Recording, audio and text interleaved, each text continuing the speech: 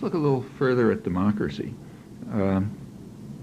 There is there's a long tradition of American democracy, and it's worth remembering what it was. The United States is the country to look at if you want to understand what modern industrial democracy means.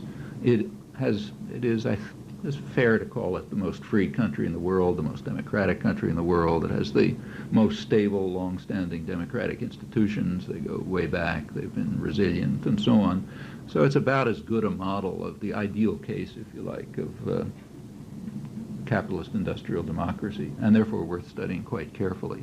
I mean, quite apart from the fact that we happen to live in it, so we're interested, and it's by far the most powerful country in the world, so it matters a lot what it's like. And it's an interesting history. You should study about it, in my view, in junior high school, but at least in, graduate school political science courses, but it's not really much study. The place to look at the nature of American democracy, the obvious place to look, is in the Constitutional Convention. The debates on the Constitutional Convention, which laid out the framework of what became American democracy, and they're interesting. They're not much read. What people usually read is the Federalist Papers. I'm sure you've read those. But the Federalist Papers are a misleading source. The Federalist Papers were propaganda, remember. They were written in order to convince the public, who didn't like what was happening much, to convince them to accept the new constitutional system. So when you read the Federalist Papers, you're reading kind of a watered-down version, a prettified version of the thinking that was going on.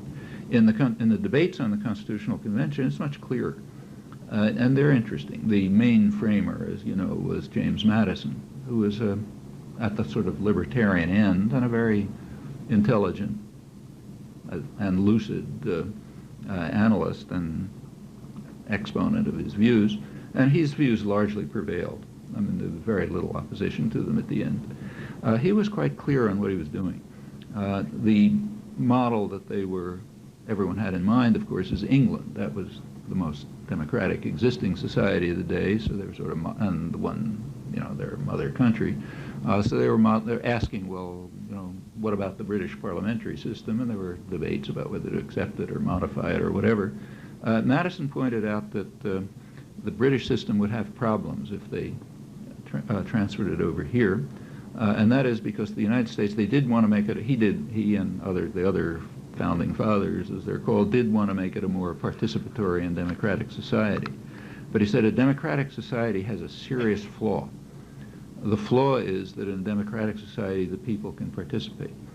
And he said, suppose this were to take place in England. Suppose, for example, in England, that they really allowed people to vote, which they didn't. He said, well, the first thing people would do would be to call for what we nowadays call agrarian reform.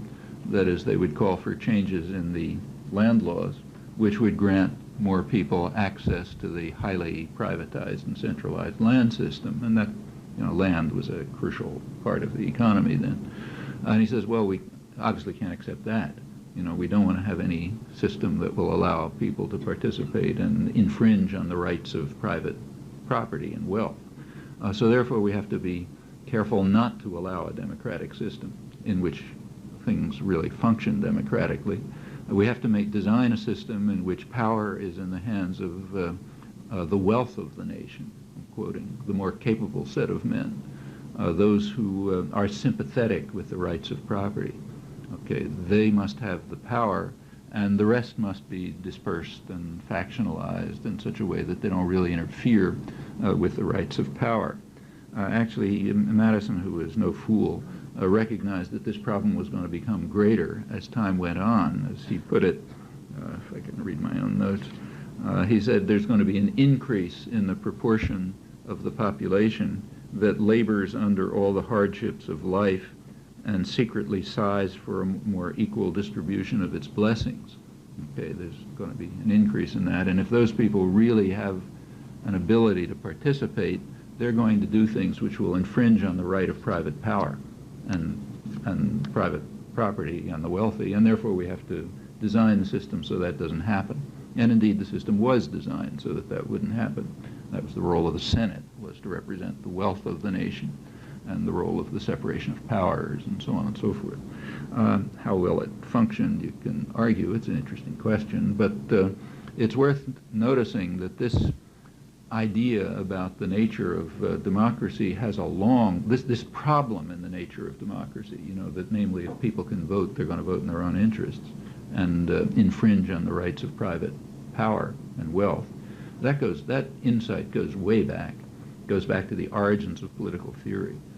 So you read the first major book on political theory in something like our sense, Aristotle's Politics. That's a core question of Aristotle's politics. Aristotle distinguishes tyranny, oligarchy, and democracy, and has a long, elaborate discussion of each, and favors democracy. He didn't think it was perfect, but he favored democracy as the best system. For him, a democracy was very straightforward. It meant a community of equals, or to be precise, free men who are equals. And that phrase, free men, is rather crucial, but put that aside for a moment. A community of free men who are equal and participatory. Unless it's equal, and they can't be seriously participatory, he noticed the same problem that Madison did. Exactly the same problem. He said, suppose that you did have a democracy where everyone participated, but you had radical inequality, so concentration of wealth. He said, well, then the poorer part of the population, which is the majority, will use their voting power for their own interests, to advance their own interests, instead of the common good of all. Okay, and the goal of a democracy for Aristotle was to advance the common good of all.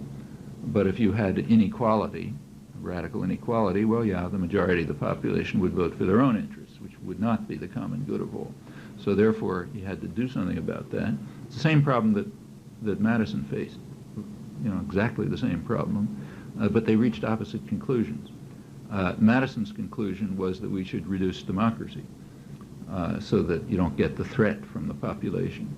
Aristotle's was the opposite. You should reduce inequality. So therefore the problem won't arise, and you could have a real participatory democratic system. So Aristotle called for what we today would call a welfare state.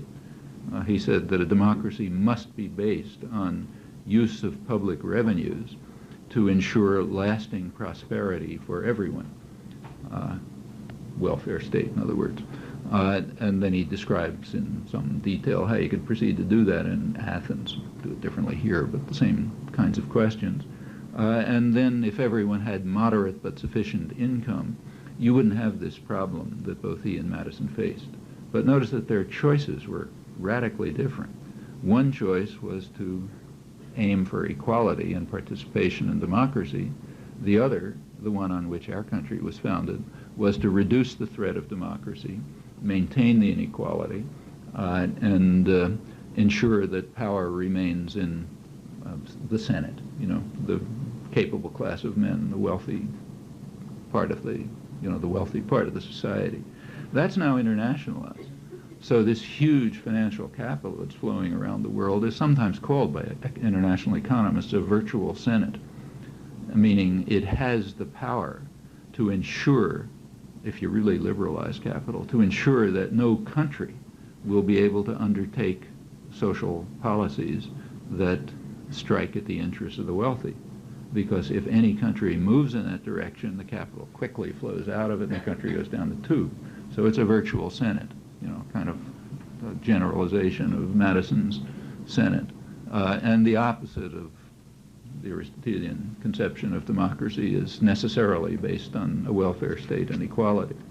To go back to that word free men, a democracy for Aristotle meant men, you know, not women, and free, not slaves, you know, or aliens. So it's a subpart of the population, but it's a little hard to dump on Aristotle for that, since given that those questions weren't even addressed, and badly addressed, until this century, you know, and still are far from addressed. But that's a significant qualification. But the principles are there, and they come right up to the present.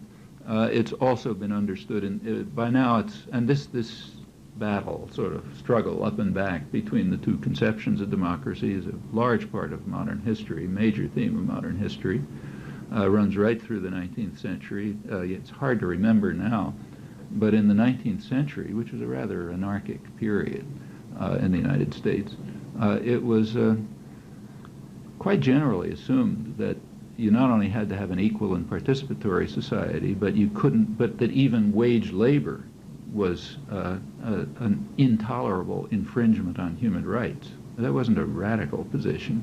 That was the slogan of the Republican Party, for example. You could read it in the New York Times editorials in 1870. It was the slogan under which many Northern workers fought the Civil War. It was Abraham Lincoln's, position. Wage labor is not very different from chattel slavery because it's a fundamental infringement on rights. It was the major theme of the working class press, which was quite lively around this area, run by women from the farms and artisans and so on. Their position was, look, if you have a democracy, the people who work in the mills have to own them, and you have to move towards real participation and direct control and so on. And that remained major themes of perfectly mainstream U.S. thinking right up until the corporatization of America about 100 years ago, when corporations developed collectivist legal institutions, as they were called, which got enormous rights, the rights of persons, but in fact well beyond persons because they're immortal and huge in comparison with persons. That was sharply attacked by conservatives, a breed that doesn't exist anymore, but did exist a century ago, people who really believed in classical liberal doctrines. They recognized that corporations were themselves a major attack on markets, and that also an attack on the natural rights doctrines on which, conceptions of human rights and liberty were developed. That was a big change. And it's, again, not graven in stone. These were decisions. Well, I haven't really even started on what I wanted to talk about, which is how all this looks in the modern world, and I'll stop. But let me just say that none of this is changing. It's all going on right today.